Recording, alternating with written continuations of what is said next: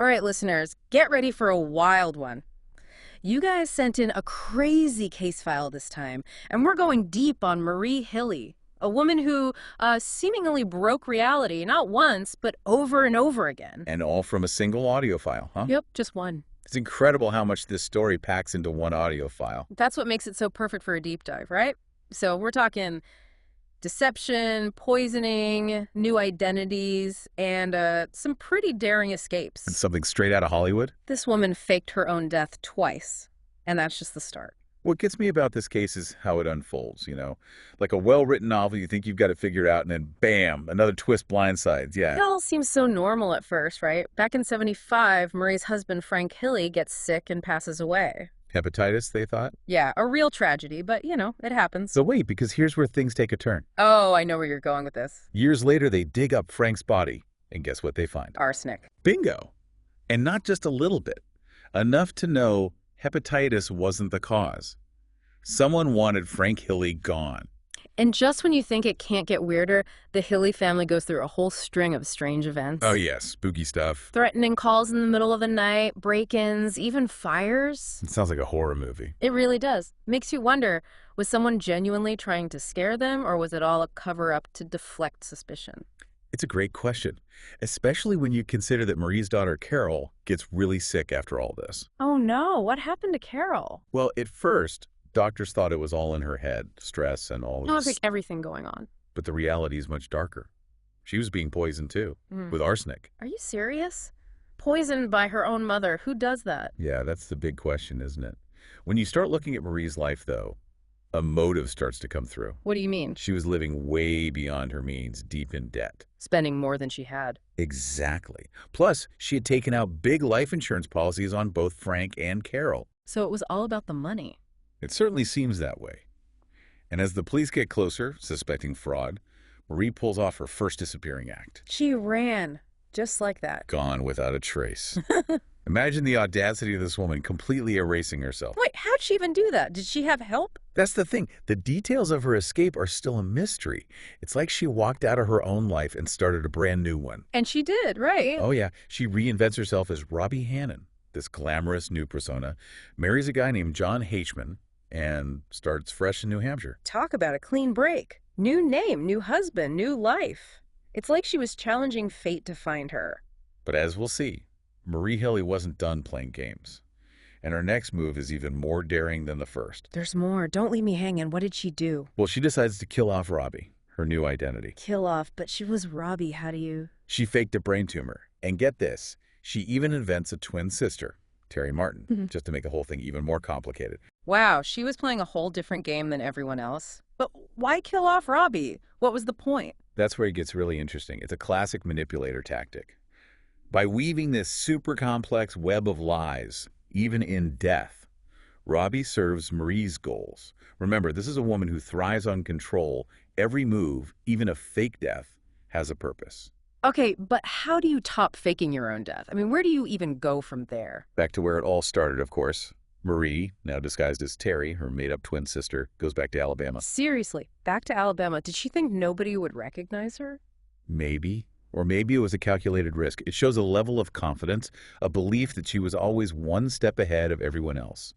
And get this, she even fools her new husband, John Hman, into believing she's this totally new person. Wait, she brings the new husband to meet the old life she supposedly died in? That's bold. Bold, audacious, and shows her ability to separate her life, juggling these different realities. And for a while, it actually works. But remember those coworkers from Robbie's life? Oh. They start noticing some, striking similarities between Terry and the late Robbie. So the facade starts to crack. What happened? Did they confront her? Well, their suspicions were enough to get the FBI involved. And you know what they say? The truth always finds a way out. So the FBI is on her trail again. Did she get away a second time? Not this time, no. The net closed in, and that house of cards Marie built came crashing down. She's caught, and she confesses to everything, the murder of Frank and the attempted murder of her daughter, Carol. It's scary to think she almost got away with it, not once, but twice. What about the trial? Did Marie crack under pressure, or did she, stick to her story? The trial, well, it was a show in itself, almost as dramatic as everything leading up to it. Even with all that evidence against her, Marie kept saying she was innocent the whole time. Really? Yeah, and get this, she even smiled at her daughter, Carol, while the jury was deciding her fate. Mouthed the words, "I love you." Oh man, that's creepy. Seems like manipulation was just built into her, you know. Did anyone believe her, though? Is there any doubt at all? Carol's testimony was pretty powerful, and in the end, Marie's supposed doctors, well, they couldn't back up her story. The jury saw through it all and found her guilty. It's kind of unbelievable that she could be so, I don't know, bold, even in front of a jury. Makes you think, did she believe her own lies? Or was she just that good at playing the victim? It's a question that still gets debated today, you know? Psychologists, criminologists, they all wonder. Was it delusion, narcissism, or some mix of both? Maybe she was so good at compartmentalizing that she actually believed her own made-up reality. Whatever was going on in her head, she was convicted. What was the sentence? She was sentenced for Frank's murder and for trying to kill Carol. But even with the conviction, there were loose ends. Like about her motive, or whether she had help escaping. Those two. But also about other possible victims. Remember, her mother and her mother-in-law, they both died kind of mysteriously, both from cancer. And then there's Mike Hilly's wife, who had a miscarriage. So she might have done even more than what they proved in court. That's even worse. But hey, if she's in prison, she can't hurt anyone else, right? You'd think so, wouldn't you? But Marie Hilly's story, well, it wasn't over yet. In prison, she played the model inmate, convinced the guards she was innocent. She was always working the system. Never stop scheming, huh? Guess some habits are hard to break, especially for someone like Marie. What did she do? Appeal her sentence. She did. But there's more. Get this. Because of her good behavior, they gave her a 3-day furlough. A furlough? Seriously? They let a convicted murderer, someone who already escaped, just walk out. What were they thinking? It does seem pretty reckless looking back.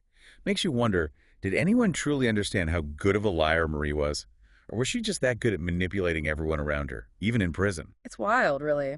But I guess not surprising. So what happened next? Did she, use the furlough to try to make things right? Not quite. In a twist nobody saw coming, Marie escapes. Again. Vanishes. Just like that. Leaves another note for John Hman. No way! She ran out on him again. After all that, he's still stuck by her. I can't wrap my head around that kind of loyalty. John Hman, he's a bit of a mystery in this whole thing. Some people might see him as another victim, blind to Marie's true nature. Others might think he was in on it, choosing to ignore all the signs and believe in a lie. What do you think, listener? It's hard to say, for sure. But back to the escape. What happened? Did they catch her? Oh, they launched a massive manhunt, but Marie was gone. Poof. People were furious about the furlough. How could they let someone like her out? You could feel the anger, the frustration. Yeah, I bet. But she couldn't hide forever, right? They had to find her eventually. They did. But not how anyone expected. This time, freedom didn't last long. And the end of Marie Hilly's story is, well, as tragic as it is confusing. So they found her, but not how anyone expected. What does that even mean? Well, instead of finding her scheming and planning her next move, they found her barely clinging to life. Oh, wow. She was out in the elements, seemed like she'd been walking for miles, in the freezing rain, no clear destination, no plan, nothing. That's hard to imagine, you know? This is the same woman who faked her own death twice. What happened? Do you think she finally, snapped? It's the question that hangs over this whole case. Was she really trying to escape, thinking she could outrun everything again? Or was it something else, a subconscious attempt to go back to her roots, maybe? Like a final act of self-destruction? That's interesting you say that because remember that part in the audio file where they mentioned she was found close to where she grew up? Yeah, I remember. It's almost like in her last moments she was drawn back to somewhere familiar. Right. It adds another layer to this already crazy story. Coincidence? Or was there something more to her final journey? It's like she was running towards something, even if she didn't know what it was. Just sad, really. Yeah, it is. Marie died not long after they found her. Her funeral, well, both her kids were there. And surprisingly, John Hman too. He was there, even after everything. I can't imagine being that devoted to someone. It's part of what makes their relationship so fascinating, so mysterious. Was it love, like John said? Or was it something deeper, something we'll never really understand? What do you think, listener? Could you forgive someone who lied to you, tricked you like that? Man, what a story. Marie Hilly's life was just a whirlwind of lies, manipulation, and, in the end, tragedy. It reminds us that the truth, well, Sometimes it's hard to find, and even the most elaborate lies eventually fall apart. It makes you think about the masks people wear, the things they'll do to survive, to get what they want.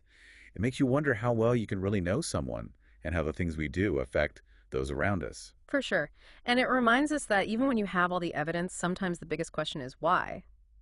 What about you, listener? What do you think made Marie leave John Hateman that last time? Did she really want to escape? Or was her death, well, was it a tragic attempt to go back home? And what about John Haitian? Was he part of Marie's plan, or was he truly fooled by her? So many questions, not enough answers. One thing's for sure, though. The story of Marie Hilly is one we won't forget anytime soon. Ambition, betrayal, and the crazy things people do, it's all there. Thanks for joining us on this deep dive. We'll be back with another fascinating case file soon. Until then, stay curious, keep those questions coming, and remember, sometimes the most captivating stories are the ones that leave us with more questions than answers.